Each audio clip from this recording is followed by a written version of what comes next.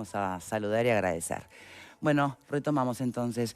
Quedaba planteado un escenario de, por ahí obviamente las necesidades de recurso humano, de atención, más allá de que estamos, creo que como sociedad cada vez más contestes de que sí, efectivamente, es un debe enorme para la población en general, la salud mental, pero para colectivos específicos además, ¿no?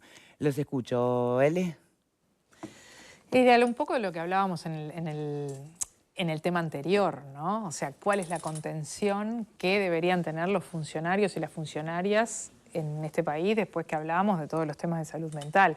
Y parece, más allá de lo que decía Gustavo, que sigue siendo ineficiente. Tenemos el número, pero no los tenemos donde los tenemos que tener. Esto que cuando él lo relataba de esa forma, se repite en casi todas las profesiones y en casi todas, y por ejemplo las profesiones médicas en todas las especialidades. No tenemos los recursos humanos donde los tenemos que tener. Bien. Y de esa forma no podemos ayudar a quien está necesitándolo. Entonces se nos plantea el desafío de poder llegar y poder llegar a tiempo. Porque otra cosa es no llegar a tiempo.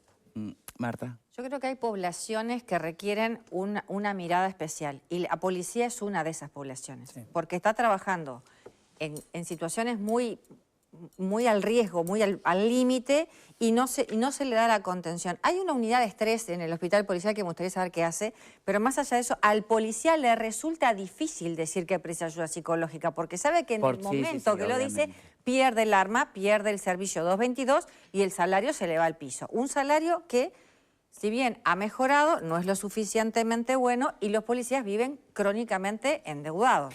La contracara de un policía que piensa en quitarse la vida, ¿es el policía que le hace daño a otros? ¿El policía?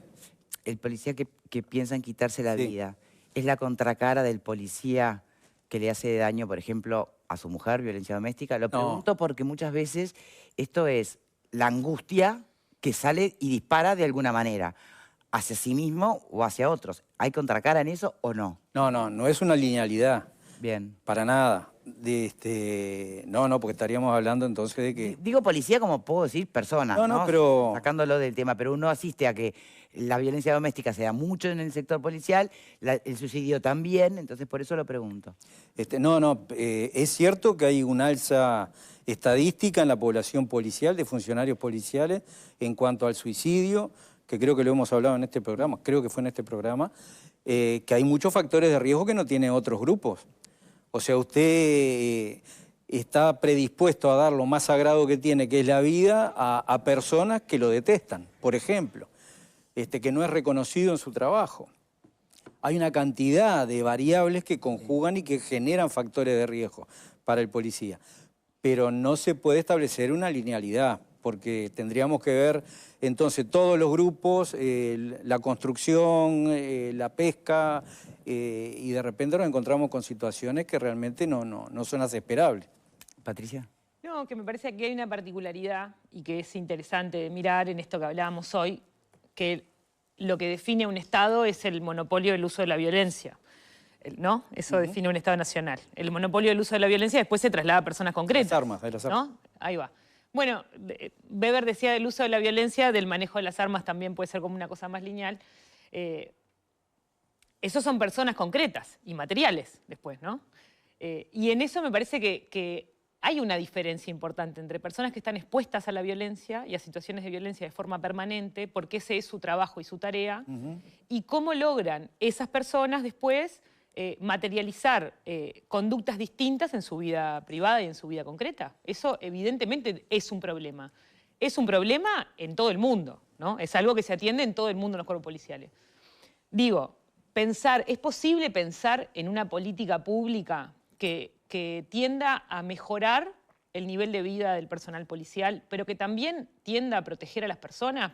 Planteo esto porque la violencia basada en género y la discusión sobre que siempre se da de una manera extraña con la tenencia de armas o no, y en realidad el problema es la violencia basada en género y los grandes números de violencia de género que hay en las fuerzas policiales, ¿cuáles son las políticas que hay de prevención y de trabajo? Sería parte de la política de mejora del cuerpo policial hacer una una política pública nacional. Y pienso que los incentivos, lo que decía Leonora, que me parece interesante, que también es necesario tener incentivos para eso, ¿no? Tendría que haber incentivos para que haya cargos cubiertos en todo el territorio nacional, como hay en muchas profesiones que se incentiva el viaje al interior, debería también pensarse desde esa perspectiva. Totalmente de acuerdo. Porque con el mismo criterio, yo sé que no cae simpático esto en el cuerpo médico, psicólogo, pero con en la misma línea lógica que usted está planteando, entonces los jueces y los fiscales los tendríamos acá y demorarían décadas en el interior que se procesara un trámite judicial. Yo sé que no es simpático y yo sé que no todos los casos se puede realizar, pero yo creo que habría que tener una cierta intencionalización y gerenciamiento de los destinos de médicos, psiquiatras, psicólogos, ¿no? En cuanto a lo otro, sí estoy de acuerdo en parte. La policía, yo creo que los mejores factores de protección que le podemos dar, primero y antes que nada, hacer una buena selección. No todo el mundo, que yo siempre distingo lo que es trabajador policial de lo que es un funcionario policial, que parece ser lo mismo y para mí no es lo mismo para otro momento. Pero si nosotros hacemos un buen perfil, primero sabemos qué policía queremos, porque no es lo mismo entrar en la guardia que entrar en policía turística, no es lo mismo. Y los dos son necesarios.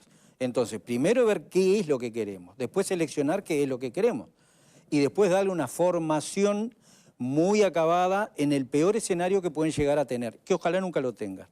Entonces, eso yo creo que es el primer eslabón o primer y segundo eslabón en cuanto a la posibilidad de metabolizar después lo que van a vivir en forma funcional.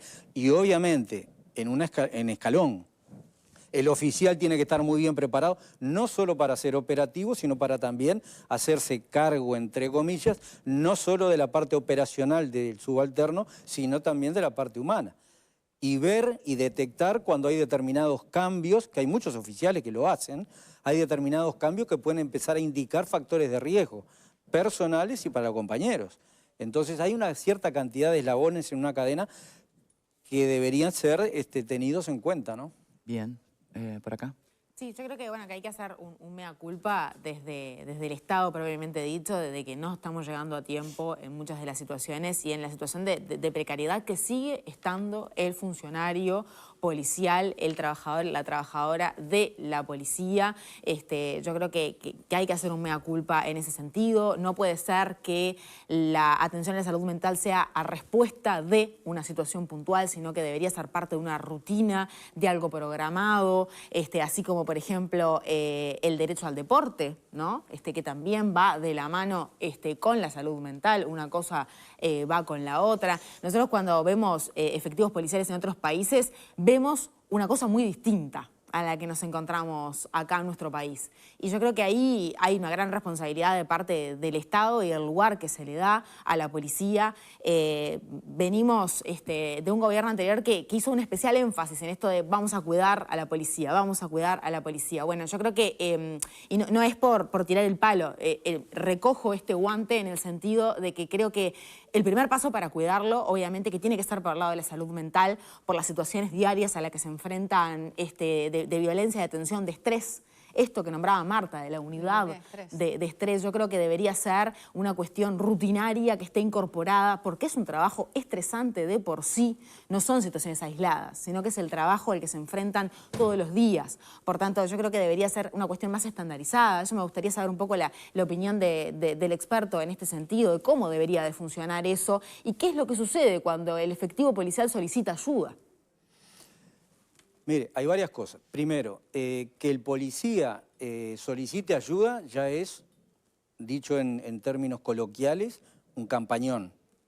¿Por qué? Porque hay una figura, hay un simbolismo en el policía, y sobre todo en el masculino, de no pedir ayuda.